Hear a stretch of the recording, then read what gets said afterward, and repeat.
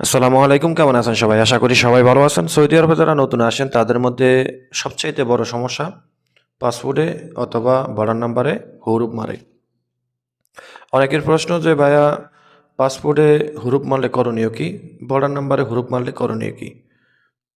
Maximum লোকেরই তো এখন বর্তমানে সৌদি আরবে আসার পর পাসপোর্টে অথবা বর্ডার নাম্বারে হুরুপ মারা হয়। বর্ডার নাম্বারটা কি? বর্ডার নাম্বারটা হলো সৌদি আরবে আসার ৩ মাসের বৈধতার একটা ইকামা, টেম্পোরারি ইকামা নাম্বার, যেটা যখন ভিসা তোলা হয় তখনই কিন্তু এই বর্ডার নাম্বারটা এই ভিসার সাথে চলে আসে। এটা ইনচার্জ হয়ে সৌদি আরবে আসার পর এটা ৩ মাস মেয়াদ থাকে। ৩ মাসের মধ্যে একটা ইকামা নাম্বার বানাতে হয় বা এই পার্মানেন্টলি একটা ওয়ার্ক পারমিট ভিসা এই ইকামা বানাতে হয়। সেটা হয় আজীবনের জন্য। তো এখানে হুরুপ মারার ৩ টা রাস্তা। একটা হলো পাসপোর্টে, দ্বিতীয়ত হলো এই বর্ডার নাম্বারে, তৃতীয়ত হলো ইকামাতে। ইকামাতে হুরুপ মারলে সেটা কাটার একটা নির্ধারিত সময় থাকে, উইথড্র করার নির্ধারিত একটা সময় থাকে, কফিলকে দেওয়া হয় এবং আ সেটা যদি হয় পুরাতন লোকের জন্য তাহলে তারা ২ মাস সময় পায় বৈধ হওয়ার জন্য। ২ মাস পরে যখন হুরুপটা চলে আসে তখন আর কোনো ওয়ে থাকে না বৈধ হওয়ার জন্য। একমাত্র গভর্নমেন্টের স্পেশাল সুযোগ বা সুবিধা দেওয়া ছাড়া। তো পাসপোর্টে যদি হুরুপ মারে সেখানে করণীয় কি? সেখানে কিচ্ছু করার নাই। পাসপোর্টে যদি আপনার হুরুপ মারা হয় তাহলে আপনার পাসপোর্টটা ব্লক থাকে। সেটা একমাত্র কফিল যদি কখনো সেই হুরুপটা তোলে তাহলে আপনি বৈধ হতে পারবেন। যদি সেই সুযোগ থাকে।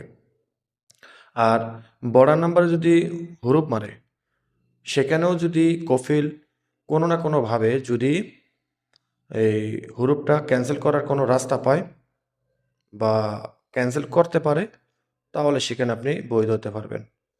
তো এখানে ইকামাদারী যারা আছেন নতুন বা পুরাতন, পুরাতন ব্যক্তিদের জন্য এক ধরনের সুযোগ, নতুন ব্যক্তিদের জন্য আরেক ধরনের সুযোগ।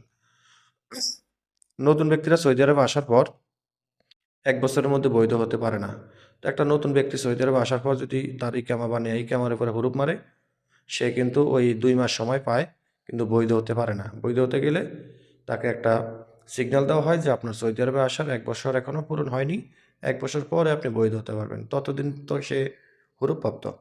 তাহলে সে সুযোগ সুবিধা দেওয়া ছাড়া, স্পেশাল সুযোগ ছাড়া সে পারবে না। এটা হলো ইকামার ক্ষেত্রে। বড় নাম্বারে এরকম ধরনের কোনো সুযোগ সুবিধা হয় না।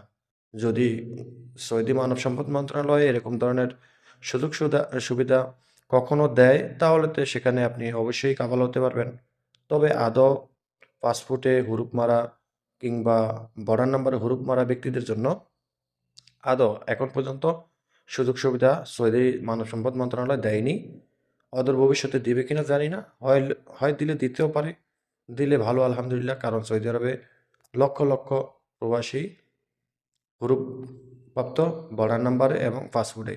এখন সব কথার শেষ কথার আসল কথা হলো পাসপোর্টে এবং বর্ডার নাম্বারে হুরুপ মারলে আপনার কিচ্ছু করার নাই। আপনি বৈধ হতে পারবেন না কোনোভাবেই। ঠিক আছে? আপনি একমাত্র সফর জেল বা এই সৌদি এম্বাসির এই বাংলাদেশ এম্বাসির মাধ্যমে ছাড়া বাংলাদেশে যেতে পারবেন না।